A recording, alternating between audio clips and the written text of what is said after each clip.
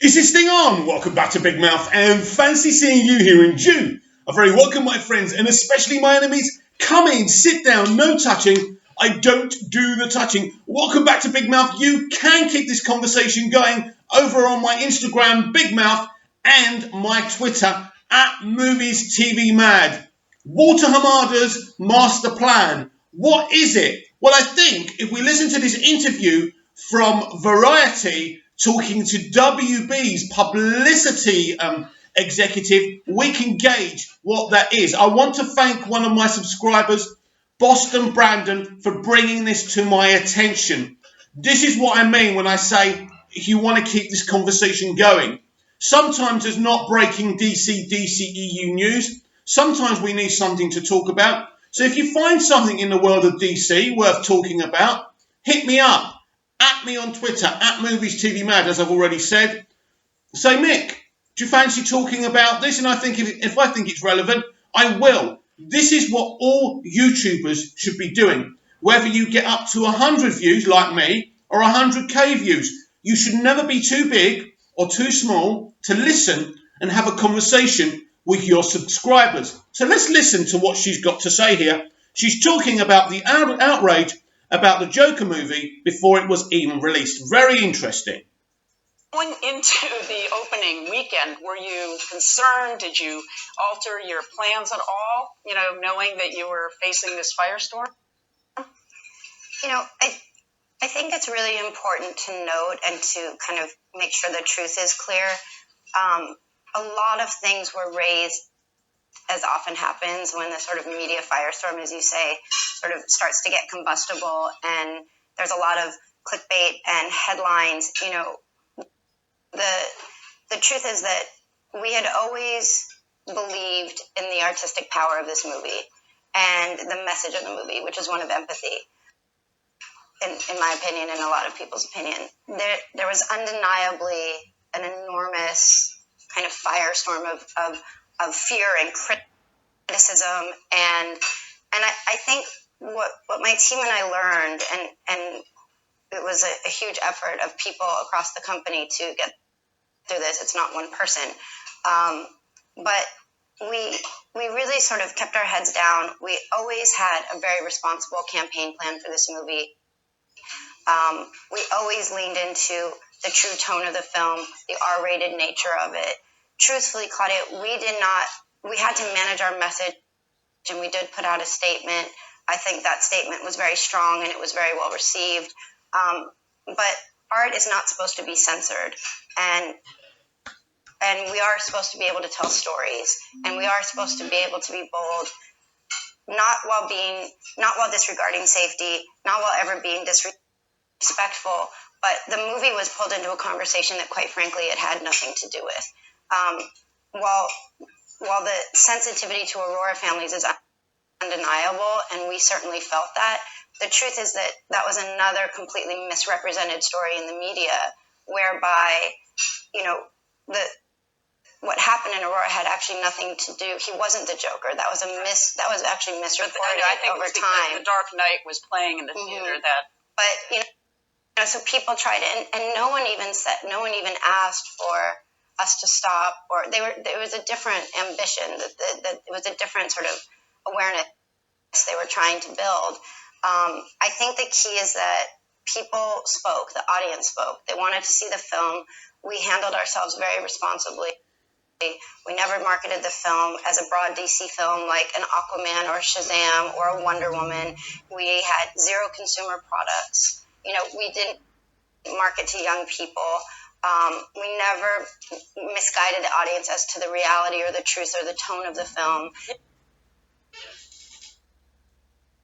This is very, very interesting. And thank you to the person, I've already forgotten your name and I'm sorry. Thank you to one of my subscribers for bringing this to my attention, because she said something really, really important. And this shows a mentality change since Ann Sarnoff and Walter Hamada have taken over. She said, we never misrepresented the tone of what the movie was. This is exactly what they did with the marketing for Batman v Superman. They marketed it as a popcorn chomping flick. So when people went to see Bats vs Supes, they thought, Well, this is not the movie we wanted to come and see. We wanted to see, you know, a great superhero movie where they're just beating each other up, a few sarcastic slurs, and that's it. And that's not what the film was. They didn't market the Zack Snyder's film properly because they were scared people wouldn't want to watch it. They didn't give the audience enough credit. But this time, this marketing guru and her team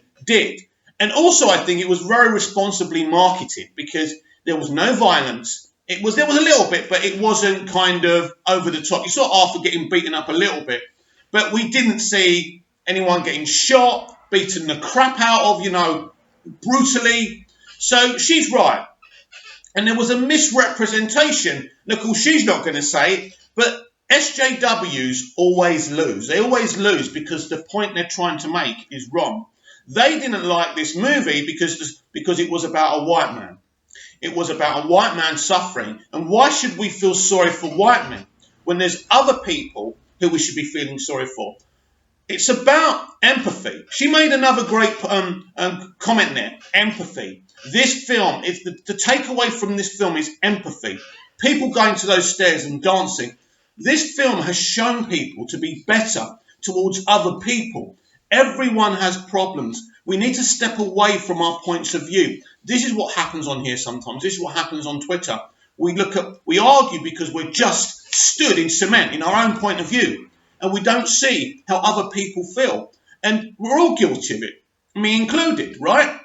I could go off about the MCU, but then I think about it sometimes. I think, well, there's people who love the MCU as much as we love what Zack Snyder did with the dceu, right? There's even some people, believe it or not, who love the Justice League theatrical cut.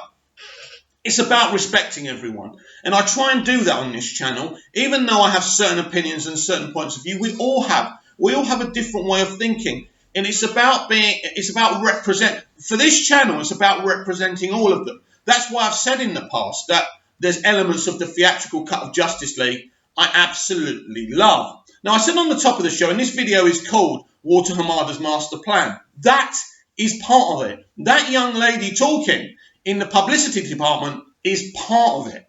Because this is a new way of thinking. This is about marketing films honestly. Unlike Batman v Superman, and even Suicide Squad wasn't marketed honestly. And that's why the reactions to both BVS and Suicide Squad were negative, because they weren't the films. We were marketed them, and basically they weren't the films we thought they were going to be. Now, that delighted me with BVS because I was amazed the direction that film went. And when I first saw Suicide Squad, I was underwhelmed. I will be honest, I watched the bootleg copy, but when I saw the proper version, I actually quite enjoyed the film.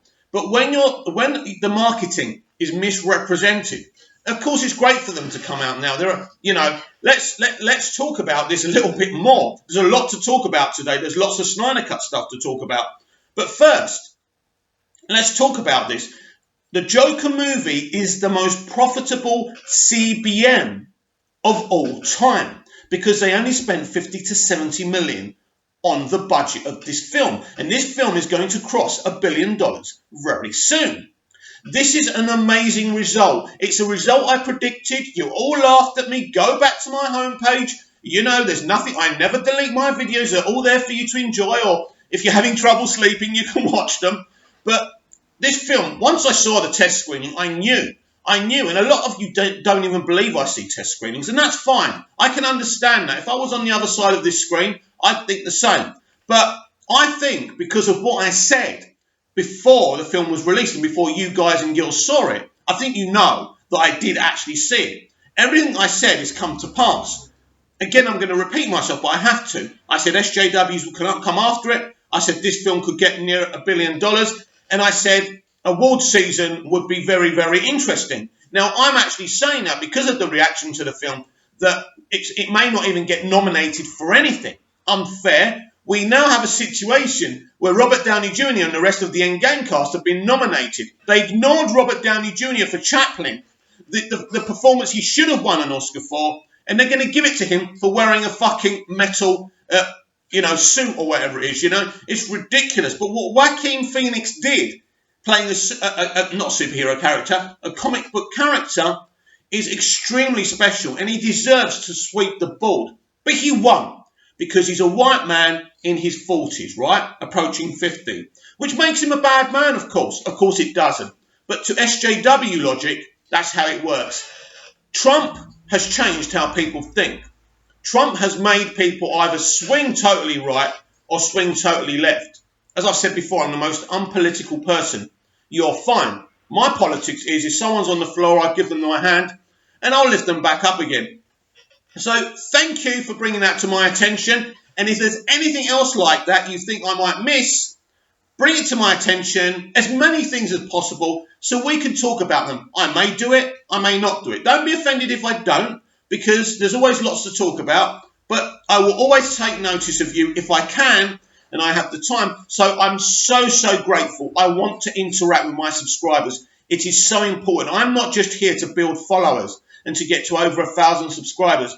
I'm here to interact with people, make friends, like-minded people, not like-minded people. We have something in common. We're passionate about storytelling and films and TV shows. Growing up, movies and TV were all I had. I used to get home after being bullied all day, and all I could do is watch Superman the movie, the only thing that stopped me from wanting to kill myself, right? I remember coming home after Valentine's Day. We used to have those plastic post boxes at school. Not one envelope had my name on it. I never used to get a Valentine's card. I don't want you to feel sorry for me. I'm just telling you that films and TV are escapism, and they're so important to us. And I think the internet is brilliant now because it's given us all a voice. It's given the silent a voice. And it's so healthy to speak out instead of letting things build up. So that's beautiful. What's going on with the Joker is beautiful. Now, what is Walter Hamada's master plan? Now, this is very interesting because he inherited Matt Reeves, the Batman. He didn't bring him in, but it was there. He's kept it going because he knows Matt Reeves is a genius. Why would you get rid of Matt Reeves? It's a very interesting situation now if Matt Reeves, the Batman, was ever going to star Ben Affleck. I do think that Walter is, I've said this before and I'll say it again, I think that what he's going to do in the next 3 to 5 years, I think, is kind of create these movies and create this kind of, these infinite Earths, these multiverses. And then ultimately in 5, maybe 6 years' time, we'll get a Crisis on Infinite Earths kind of crossover with Robert Pattinson's Batman, with Ben Affleck's Batman, with Henry Cavill's Superman.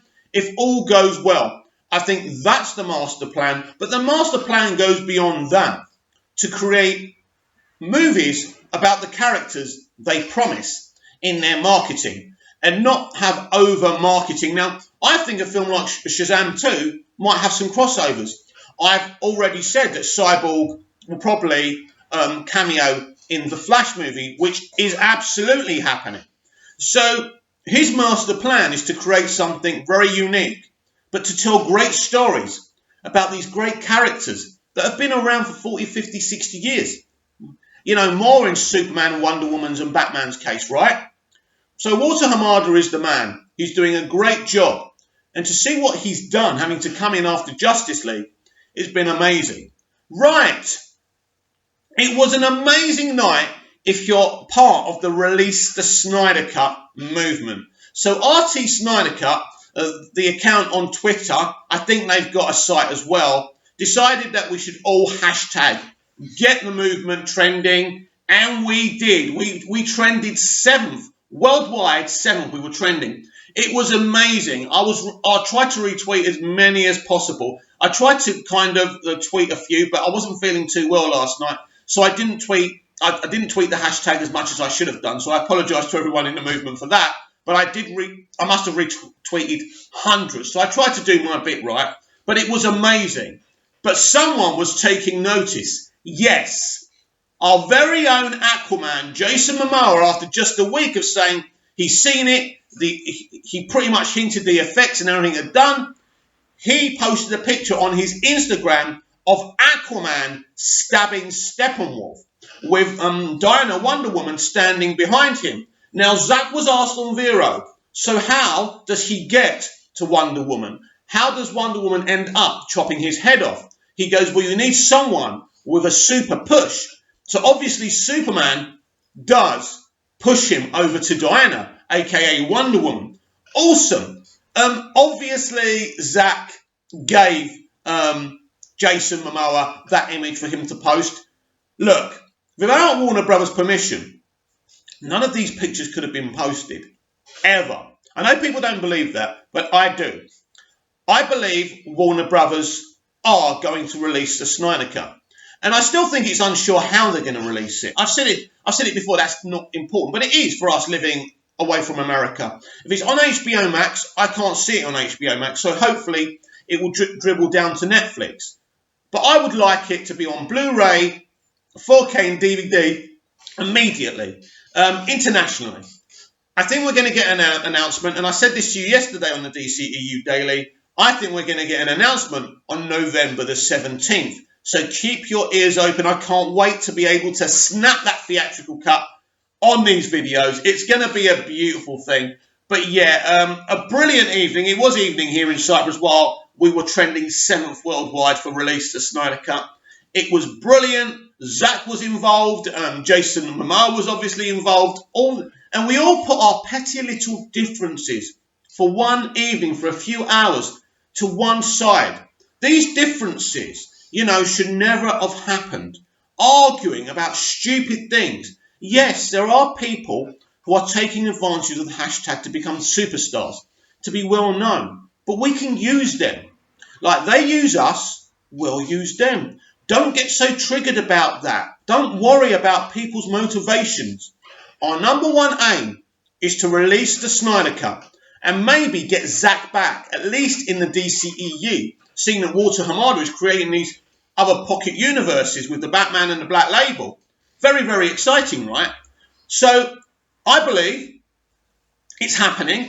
And I also said this yesterday, because all these people are all of a sudden jumping on a bandwagon, especially these bloggers, they know it's happening. And if they didn't know it was happening, they wouldn't be so confident. If Warner Brothers didn't want them to talk about it, they wouldn't be talking about it. These studios are like gangsters, right? I respect them, I love them, especially Warner Brothers. But they have influence, they're very wealthy, they're powerful. So these bloggers wouldn't be coming out supporting the release, the Snyder Cut campaign and movement if they didn't know something is going to happen very soon.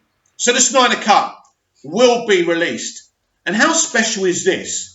Because if we do get to see the Snyder Cut, which we will, we don't have to be embarrassed of the collection of films that we have within the DCEU. Because finally, we'll have an epic, awesome Justice League movie. The Justice League movie we dreamed about as kids when we watched the animated shows, when we read the comics.